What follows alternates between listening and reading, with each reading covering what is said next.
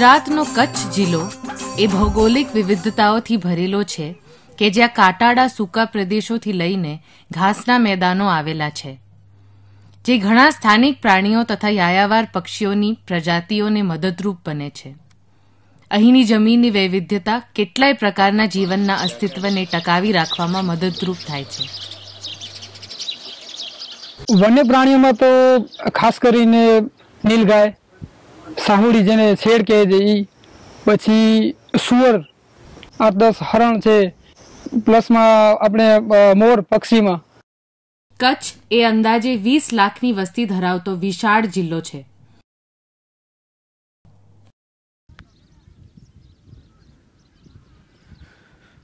ધીમે ધીમે જંગલ લુપ્ત થતા જાય છે. હું તો એવું કહું છું, જંગલ જેમ વિસ્તાર વધશે તો એવા પક્ષી, અવનવા પક્ષી, એનો વસ્તી વધારો થાય.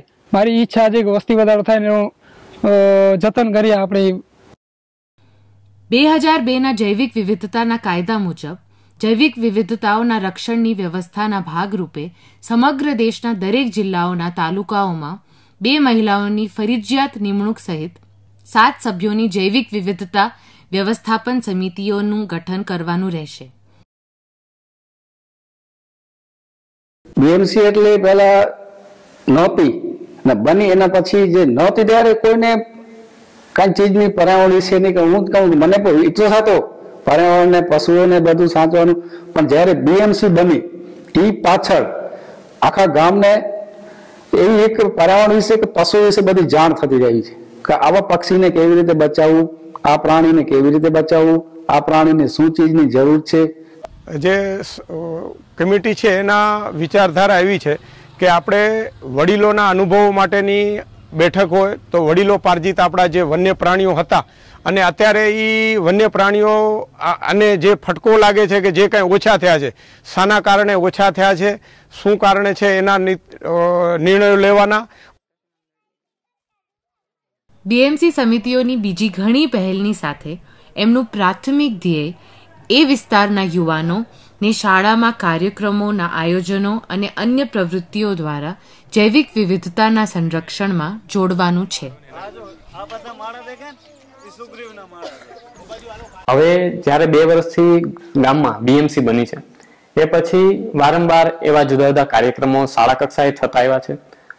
થોડા સમય પહેલા પર્યાવરણીય શાળા કોન બનેગા પર્યાવરણ પ્રેમી સહજીવન સંસ્થા દ્વારા એક સારો એવો કાર્યક્રમ શાળા કક્ષાએ કરવામાં આવ્યો હતો. એની અંદર બધા જે પ્રાથમિક કક્ષાના બાળકો હતા એ પર્યાવરણના ખુલ્લા વાતાવરણમાં ગયા, જુદા જુદા પક્ષીઓ એમણે જોયા. એ સિવાય એમણે જે વનસ્પતિઓ એ રોજ જોતા આવે છે પણ એ ખાલી એને જોતા હોય, નિહાળતા હોય, એના વિશે એમને કોઈ માહિતી હોતી નથી. એ બધી માહિતી એમને ત્યારે મળી કે આ જુદી જુદી વનસ્પતિ છે, આ હરેકના જુદા જુદા નામ છે અને હરેકના જુદા જુદા ઉપયોગ છે.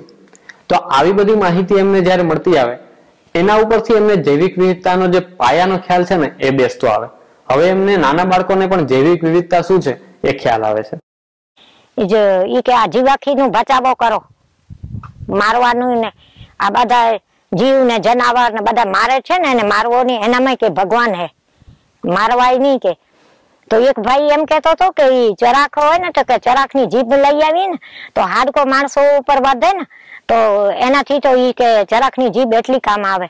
ત્યારે મેં કીધું મારા પોતરા હારું અમે લઈ આવ્યા હતા ને એ જીભ તો 15 દી ઘસાવી તો મેં આટલો ફેર ન પડ્યો.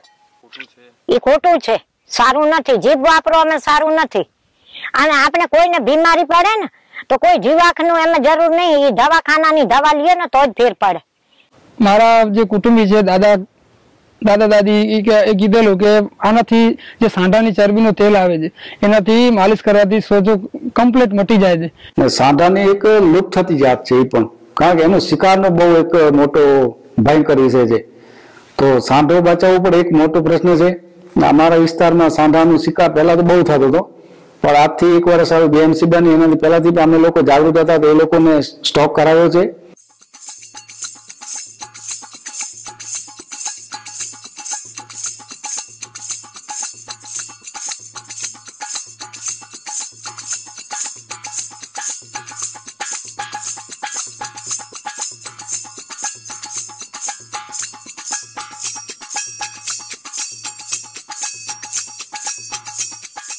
ઓલેક્સ નાનું છે, હવે એની સંરક્ષણની બહુ જરૂર છે, કારણ કે ચીજ તો લુપ્ત થતી ચીજ છે, વનસ્પતિ જે લુપ્ત થતામાં આવે છે, તો એની સંરક્ષણ કરી તો અમે લોકો ગ્રામજનો આખી બીએમસી સમિતિ તો એ બધા ભેગા કરીને એવી ચર્ચા વિચારણા કરી છે આ વખતે ને કરશું.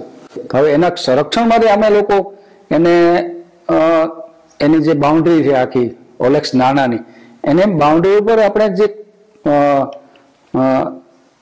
આયુર્વેદિક ઝાડ હોય છે, એમ ગુગળ છે, એવી રીતે જે બીજા જે આપણે ઉપયોગી ઝાડ છે એના ઉપર બોર્ડર કરશું અમે લોકો.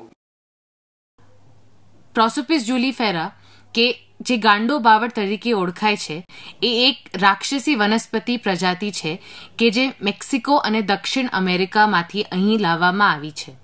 આપણે આ બાવળો વધવાથી એક તો પ્રોબ્લેમ આપણે એ છે કે ગૌચર જમીનની અંદર આ વધવાથી ઘાસનો ઘટાડો થયો છે, અને બીજી આપણી કુદરતી જે વનસ્પતિઓ છે એને પણ અડચણરૂપ થાય, તો એને આપણે આ બાવળોને કાઢી અને એની જગ્યાએ બીજા સારા ફળાઉ કે જંગલી બોર કે આવા વસ્તુને રોપણ થાય. લખપત નામના અન્ય એક તાલુકાના એક પ્રકૃતિ પ્રેમી મીઠો ગુગળના દેશી નામથી ઓળખાતી એક નાશપ્રાય વનસ્પતિ પ્રજાતિને રક્ષિત કરવામાં સફળ રહ્યા. જે મીઠો ગુગળ છે એ ગુગળ દવાઓમાં કામ આવે છે, એટલે પહેલા ઘણી હતી, હવે આખે વિસ્તારમાં પૂરે વિસ્તારમાં અહીંયા કચ્છ પૂરામાં નાબૂદ થઈ ગઈ છે એની. હવે આ વસ્તુ છે અહીંયા એક જ 7 થી 8 વર્ષથી અમે અહીંયા નાખી દઈએ આ વસ્તુ, પછી અમને કાંઈ ખબર નથી આ વસ્તુની, જે આવતું હતું એને દવા માટે આપતા જ હતા કે આ વસ્તુ નાબૂદ થઈ ગઈ છે, અમારે નાબૂદની આની આગળ વધારો કરવાનો છે. પ્રાણીઓના રસ્તા પરના અકસ્માતોને કારણે થતા મૃત્યુ પણ કચ્છની મોટી સમસ્યા બની રહી છે, કારણ કે આ રસ્તાઓ શિયાળ, હરણ, વિવિધ પક્ષીઓ, સાપો, પાટલાઘો અને નોળિયાઓની વસાહતોમાંથી પસાર થાય છે.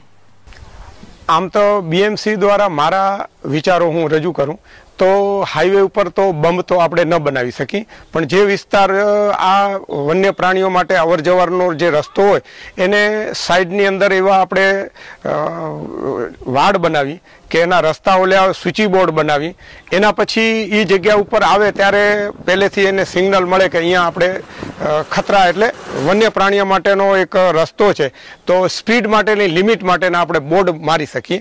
બાકી હાઈવેની અંદર સ્પીડ બ્રેકર જેવું તો ન મૂકી શકાય, એટલે આ બધા પ્રયત્નો કરી શકીએ.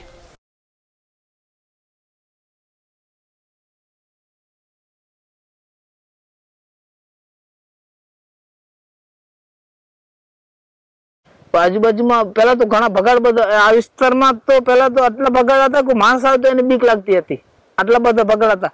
હવે એક બગાડ એક એવી ચીજ હતી મોટો આખા જે પશુથી એક બગાડ એવો છે કે એ પોતે શિકાર કરે, શિકાર કરીને એક જ વાર ખાય, પછી એને ખાય નહીં.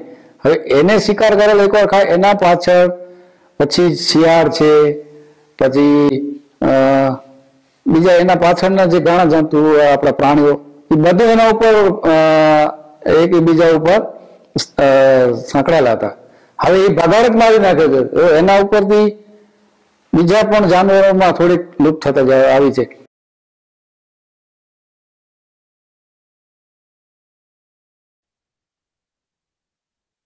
અમારા જંગલમાં સરે સરે કરીને અમારા મેંગ્રુવ નો ઝાડ એ લોકોને બતાવ્યા, તો એ લોકોએ અમને મેંગ્રુવ ના ઝાડ વિશે પૂછ્યું આ ઝાડનું નામ શું? તો અમે કચ્છીમાં એને ચેરિયા કહીએ છીએ. ચેરિયા ઝાડ બતાવ્યા, તેને કીધું કે આ તો બહુ અંગતેની વસ્તુ છે. તો અમે કીધું કે અમારે તો આ અંગતેની વસ્તુ છે, અમારી જે આ વાડીબ છે અમે એને વાડીબ તરીકે પણ કહીએ છીએ. આ ચેરિયાના ઝાડ તો વર્ષોથી છે, પણ એની પાછળ ઇતિહાસ પણ છે, અને સાથે સાથે અમારે એના ઉપર જીવાદોરી ચાલે છે, કારણ કે જ્યારે જ્યારે દુષ્કાળ પડે ત્યારે એના અમે પાન ઉતારી અને લઈ જઈએ છીએ અને અમારા પશુઓને ચારી છે. અને આજુબાજુ વાળા ક્યારે આમાં નુકસાન કરે છે, ક્યારેક કાપો બાપો આપે તો અમારા ગામનો એક નિયમ છે કે આ ચેરિયાનો અમે કાપતા જ નથી, આનો સૂકલ લકડો અમે બળતણ તરીકે એનો ઉપયોગ નથી કરતા. આવા ઘણાય સંરક્ષણ માટેના પ્રયાસો બીએમસી સમિતિઓ દ્વારા પરખવામાં આવ્યા છે, અને આ સમિતિના સભ્યો ના હોય તેવા પણ ક્રિયાશીલ સભ્યોનો સાથ મળ્યો છે. સહજીવન ભુજમાં આવેલી એવી સંસ્થા છે જે કચ્છના અનેક તાલુકાઓની બીએમસી સમિતિ સાથે મળીને પ્રકૃતિ વિશે જાગૃતતા વધારવાનો પ્રયાસ કરી રહી છે. આ સંસ્થાઓ જૈવિક વિવિધતાના સંરક્ષણ, જાતીય અસમાનતા, પારંપરિક શાણપણ અને રોજીરોટીને લગતા મુદ્દાઓ પર કામ કરી રહી છે.